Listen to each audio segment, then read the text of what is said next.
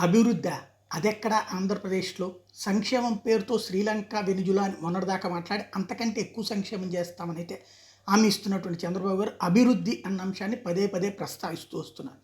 ఈ నేపథ్యంలో రాష్ట్రంలో జరుగుతున్నటువంటి ఒక నాడు నేడు స్కూల్లో, లేకపోతే గనక ఒక రైతు భరోసా కేంద్రమో, లేకపోతే ఒక ఆస్పత్రో, ఒక సచివాలయ వ్యవస్థో ఇది అభివృద్ధి కాదంటున్నది జనసేన, తెలుగుదేశం. ఈ నేపథ్యంలో ప్రైవేట్ రంగపు అభివృద్ధి అన్నటువంటి పాయింట్‌కి సంబంధించి తాజాగా జగన్మోహన్ రెడ్డి అంటే ప్రభుత్వ, ప్రైవేట్ రంగాల లింకప్‌ని బేస్ చేసుకొని దెందులూరు సభలో చెప్పినటువంటి ఉపన్యాసం ఒకసారి విందాం.